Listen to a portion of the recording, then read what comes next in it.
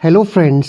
अवैध बांग्लादेशियों को लेकर माननीय उच्चतम न्यायालय यानी कि भारत के सुप्रीम कोर्ट में सुनवाई हुई।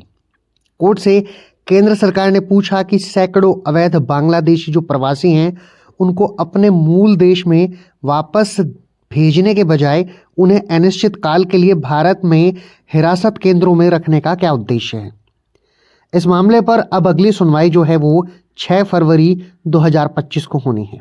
इस मामले की सुनवाई जस्टिस जे.बी. पारदीवाला और जस्टिस आर. महादेवन की पीठ ने किया था और सुनवाई करते हुए उन्होंने बांग्लादेश के किसी अवैध प्रवासी को विदेशी अधिनियम 1946 के तहत गिरफ्तार किया गया और दोषी ठहराया गया तो उन्हें सजा की अवधि के तुरंत बाद अपने मूल देश क्यों नहीं भेजा गया, इस बात को लेकर सवाल खड़े किए और ये सवाल केंद्र सरकार थे। उन्होंने आगे कहा कि क्या उन अवैध बांग्लादेशियों को भारत में निरुद्ध केंद्र या सुधार गृहों में अनिश्चित काल की अवधि के लिए रखा जाना सही है। पीठ ने सुनवाई करते हुए ये भी कहा कि सुधार घरों में लगभग 850 अवैध प्रवासियों को हिरासत में लिया गया है। साथ ही पीठ ने केंद्र से अवैध जो प्रवासी हैं उन पर एक सटीक आंकड़ा देने के लिए भी कहा है। अवैध प्रवासियों को दोषी ठहराए जाने और विदेशी अधिनियम के तहत पूरी सजा सुनाए जाने के बाद विभिन्न शिविरों में और सुधार गृहों में कितने अवैध प्रवासियों को रखा गया है, ये भी केंद्र सरकार से भारत के उच्चतम न्यायालय यानी कि सुप्रीम कोर्ट ने पूछा है।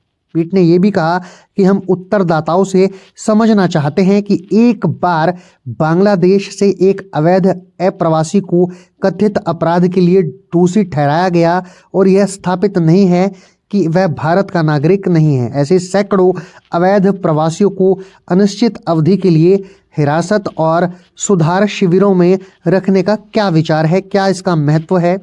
भारत सरकार द्वारा 25 नवंबर सन 2000 को एक जारी किया गया परिपत्र था। उसके खंड 2 क्लोज 5 के अनुसार 30 दिनों की अवधि के अंदर निर्वासन, सत्यापन आदि की प्रक्रिया पूरी हो जानी चाहिए।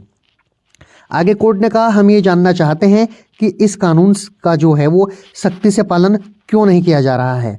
पिछले हफ्ते भी इसको लेकर सुनवाई हुई थी, यानी कि 30 जनवरी को इस मामले में सुनवाई हुई थी और उस सुनवाई में अदालत ने भारत संघ से ये जानना चाहा कि पश्चिम बंगाल राज्य से इस प्रकार के मामलों में क्या करने की उम्मीद थी।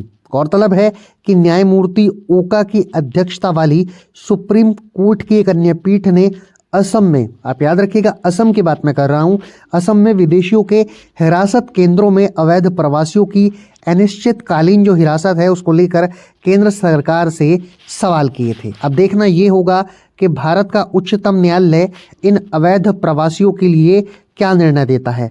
अभी तो फिलहाल एक बड़ा सवाल केंद्र सरकार से किया गया है कि इनको इनके मूल देश वापस क्यों नहीं भेजा जा रहा, क्यों इन्हें सुधार गृहों में रखा जा रहा है। अब आगे की सुनवाई 5 फरवरी को होनी है। अब देखते हैं कि सुप्रीम कोर्ट इस पर क्या अपना जजमेंट देता है, क्या अपने सुनवाई में टिप्पणी करता है।